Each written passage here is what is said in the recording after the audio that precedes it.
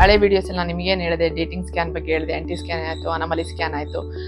Next doctor ಹತ್ರ ಹೋಗ್ತೀರಾ, ಅವಾಗ ಏನು ಹೇಳ್ತಾರೆ, ಗ್ರೋತ್ ಸ್ಕ್ಯಾನ್ ಮಾಡಿಸಿ ಅಂತ ಹೇಳ್ತಾರೆ, ಡಾಪ್ಲರ್ ಮಾಡಿಸಿ ಅಂತ ಹೇಳ್ತಾರೆ. ಇದಕ್ಕೆ ಏನಕ್ಕಪ್ಪ ಅಂತಂದ್ರೆ ಈಗೆಲ್ಲ ಅಂಗಾಂಗಗಳು ಉಟ್ಬಿಟ್ಟಿರ್ತವೆ. ಈಗ ನೆಕ್ಸ್ಟ್ ಬೆಳವಣಿಗೆ ಆಗ್ಬೇಕು ಅಂದ್ರೆ ಅವು ದೊಡ್ಡವಾಗಬೇಕು. ಅದು ಸರಿಯಾದ ಪ್ರಮಾಣದಲ್ಲಿ ದೊಡ್ಡದು ಆಗ್ತಾ ಇದಾವ ಇಲ್ಲೋ, ಶ್ವಾಸಕೋಶ ದೊಡ್ಡದಾಗ್ತಾ ಇದೆಯೋ ಇಲ್ಲೋ, ಹಾರ್ಟ್ ಡೆವಲಪ್ಮೆಂಟ್ ಆಗ್ತಾ ಇದೆಯೋ ಇಲ್ಲೋ, ಈ liver size matters more in growth scan ಅಲ್ಲಿ. ಇದು ಅನಾಮಲಿ ಸ್ಕ್ಯಾನ್ ನೋಡ್ಬಿಟ್ಟು ಮೇಡಮ್ ಬರೀ 400 ಗ್ರಾಮ್ ಇದೆ, ನಾನು ಅವ್ರಿಗೆ ಹೆಚ್ಚಿನ ಮಾಹಿತಿ ಗೊತ್ತಿರೋದಿಲ್ಲ, so they are very bothered about weight in anomaly scan. First scan ಅಲ್ಲಿ ಯಾರು ಕೂಡ ದಯವಿಟ್ಟು ವೆಯ್ಟ್ ಬಗ್ಗೆ ತಲೆ ಕೆಡಿಸ್ಕೋಬೇಡಿ. ಸೊ ನಾರ್ಮಲ್ ವೆಯ್ಟ್ ನೀವು ಯಾರೇ ಗರ್ಭಿಣಿ ಮಹಿಳೆ ಮಾಡಿದ್ರು ಕೂಡ 350 ರಿಂದ 450 500 ಗ್ರಾಮ್ ಅಷ್ಟೇ ಬರುತ್ತೆ.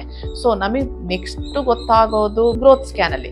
ಸೊ ನಾವು ಗ್ರೋತ್ ಸ್ಕ್ಯಾನ್ ಅಲ್ಲಿ ನಾವೇನ್ ಹೇಳ್ತೀವಿ, ಆ ಬೆಳವಣಿಗೆ ಕರೆಕ್ಟ್ ಆಗಿ ಆಗ್ತಾ ಇಲ್ಲ, ಕುಂಠಿತ ಆಗ್ತಾ ಇದೆ ಅಂದಾಗ IUGR ಅಂತ ಕರಿತೀವಿ.